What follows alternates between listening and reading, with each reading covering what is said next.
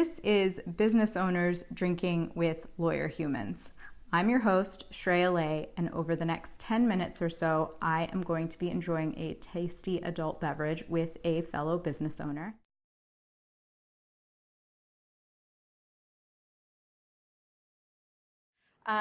Hello and welcome to another episode of Business Owners Drinking with Lawyer Humans. I am here with Laura Capper in Houston, Texas. We have a fine bottle of wine to drink. It is a Malbec and Cabernet blend. And Laura is a serial entrepreneur of sorts.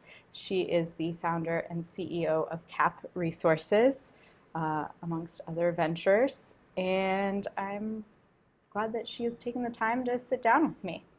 You're a hard woman to pin down. Yes, I will agree. It's been tough.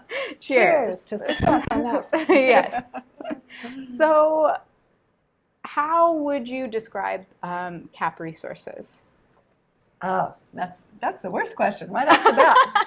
I'm so sorry. We can start with something else. What varietals do you like of wine? All of the above, which is kind of the Cap Resources problem too. All of the above. We came into fruition kind of known for launching new technology endeavors. Okay. So we really like starting up technology companies, commercializing technology. And then if you think about all the things that go along with that, it's the strategy, packaging it up, market plans, market research. We do a lot of kind of marketing promotion as part of that. And then somehow it kind of grew into companies that are setting up new product lines or service lines. Okay. And so kind of uncharted territory is the stuff we love. Yeah. And then for well-established companies that maybe want to go into a new area, oftentimes developing that new area involves acquisitions. So we have a good size acquisition arm that helps support that kind of work as well. Well, that sounds very exciting. I, as you know, have always been a fan of new technologies, how they get commercialized. That was part of what interested me in intellectual property, was working with small inventors who think that their patent or idea is the be-all, end-all, and then they kind of don't do anything with it. And they wonder, why aren't people just knocking down my door? Yep. So is that a lot of, or sometimes the type of people that you sort of work with, or? That's where I got my roots. Quite frankly, I'm amazed that I was telling somebody today, I'm amazed I made a living off of startups for as long as I did, because unfortunately they have no money in most cases. Yeah. It's not an easy living, as you may have seen, but I just am so endeared to that way of life that I've always loved it. But having said that, from a business perspective, it's nice to have enough big customers that you can do the labor of love for, really getting people started from the ground up. So yes, I know inventors very well, the good and the bad associated with that kind of brilliance and innovation we were talking about today, as a matter of fact. I think the motivation piece is what I've found with GeoBiz is sometimes the most difficult is figuring out what motivates people and how to be their cheerleader in a way to keep them going towards the goals that they have set for themselves, or that might be the best route for them. I think that a lot of times has been my struggle, or what I've been learning, I guess, over the last year or so. And, I think what I've kind of seen my role in being, which I think there's probably a lot of overlap in what we do, is getting inventors and technologists to understand the perspective of their business partners or their acquirers or people they're seeking funding from. They might not be interested in all of the nitty gritty. They're interested. How you built the watch? More will the watch sell? And then another area I'm sure you counsel your clients in is the process of opening yourself up to that kind of proctologic exploration and Yeah. protecting the secrets you need to, but opening up when you need to. And it's a delicate balance, and that can be very tough for inventors, understandably. Yeah, definitely. So, did you always want to be an entrepreneur? Do you come from a family of entrepreneurs? I would say my father was kind of a self-made man. For many, many years has run his own business in the oil patch. My mother went to school, finished her college degree in her 40s. Okay. And so kind of, that second, third generation of activity. So I had great role models. I wouldn't necessarily describe them as entrepreneurs. Okay. Would you describe yourself as an entrepreneur? I think so.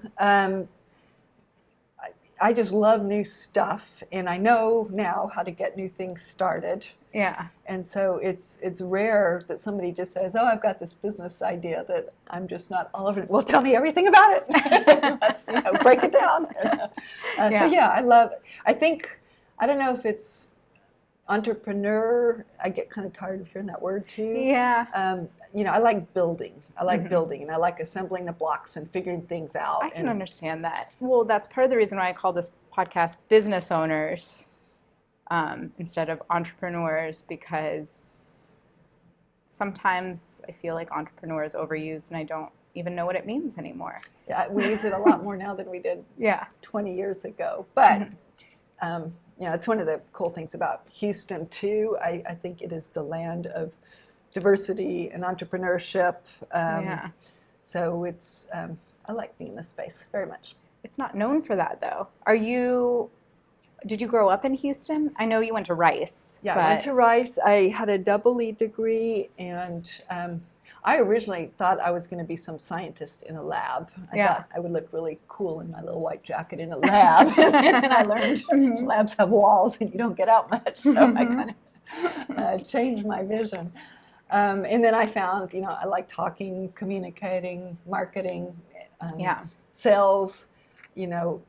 I'd almost say, particularly if you're a scientist, one of the best career paths you could have is pursue sales, because frankly it makes the world go round, and if you have respect for that process, it'll make you better at being able to present your ideas, convince others to do things you want them to do. I can definitely see that. I think a lot of scientists and engineers really struggle with the idea of sales, though. It seems belittling. I mean, when my father heard I was taking my double E degree working for a semiconductor company and wanted to go in sales, I think he thought, used car salesman, prostitution, my gosh, what has happened to my daughter?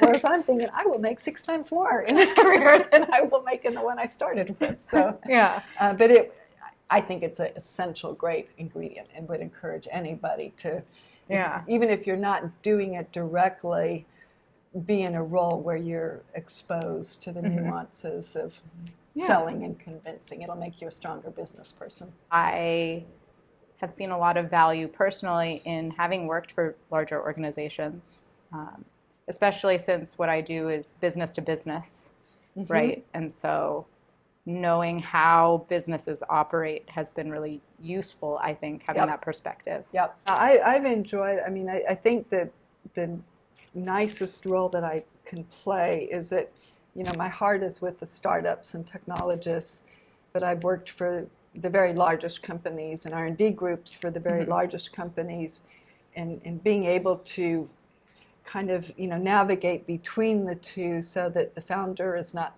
put off by the steps they're going to go through, and yet making a big, large company look warm and accessible and explainable is, an important part of the courtship process. I like kind of having played both sides of the fence. It's good to have both of those skill sets. Especially if you're working in acquisitions and whatnot. Sometimes I'm sure that helps to have that street cred.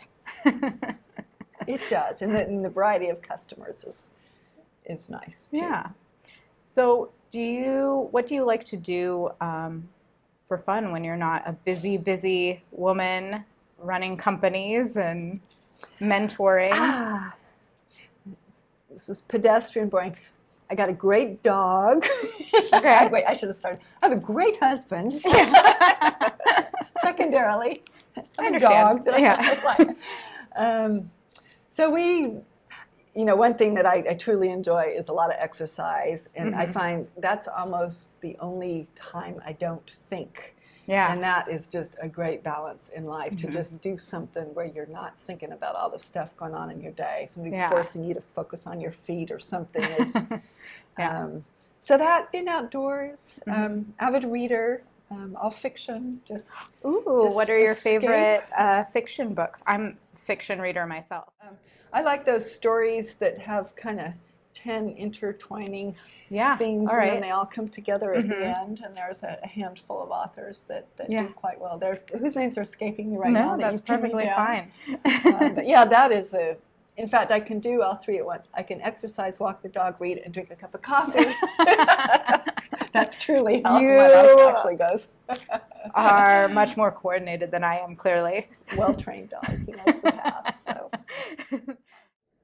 I find that since starting businesses, I find it to be so engaging and immersive and fun a lot of times that I don't do a lot of the maybe downtime activities that I once used to.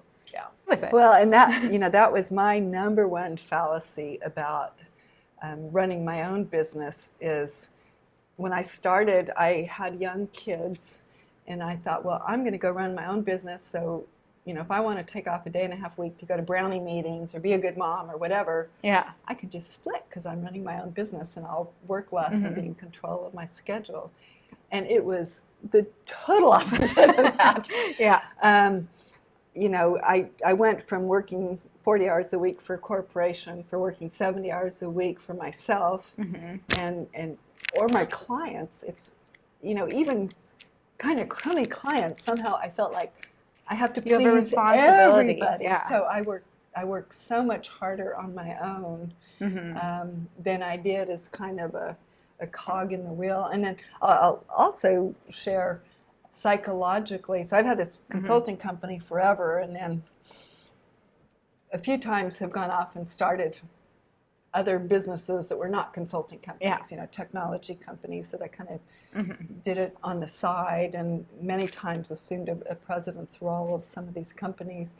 And I found when I was, 100% in charge of one company, a startup, it definitely skewed my personality, and not in a good way. I just noticed I ran a battery company for a while, and it was pretty hot stuff and a time clicking, and I just was much more tense, much more keyed up.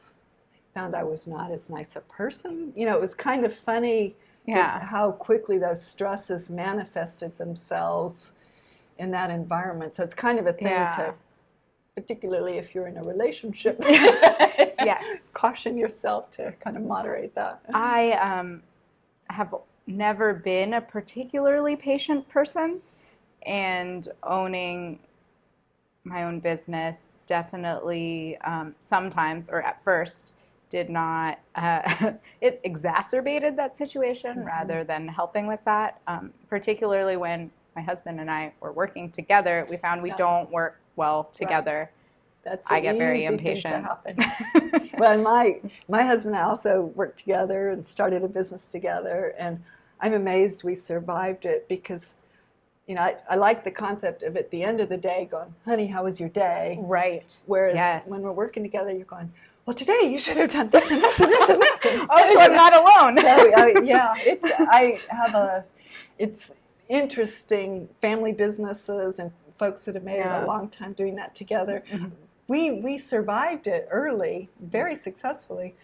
I think, honestly, today we'd kill each other. So now that I'm a little older and set in my ways, it's something to assess, and maybe you can do it, maybe you can't. I'm apparently addicted to family businesses, so. We have kind of a division of labor, too. We do. Right? We have a division of labor, which has helped tremendously, because he's the technical genius. And business development, everything else, whatever you want to call it. So it's good. Whereas with my husband and I were both attorneys, so it just kind of was like someone has to be right, and that works well maybe in a business, not so much in a marriage. So yeah, it's interesting those dynamics. I'll have stories I can tell you offline about yes. some customer situations. Yeah, particularly interesting. Yeah.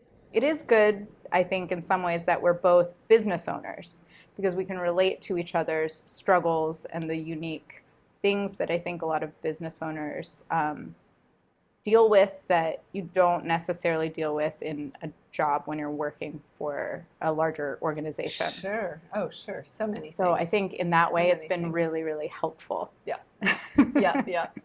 Thank you so much for sitting down with me, having a glass of wine. I enjoy time with you. Yes. Thank you. And I'm glad we got to make time for this. Your thriving practice. Here's to you. Yes. Thank you. Good things to come. Cheers to you as well, especially with the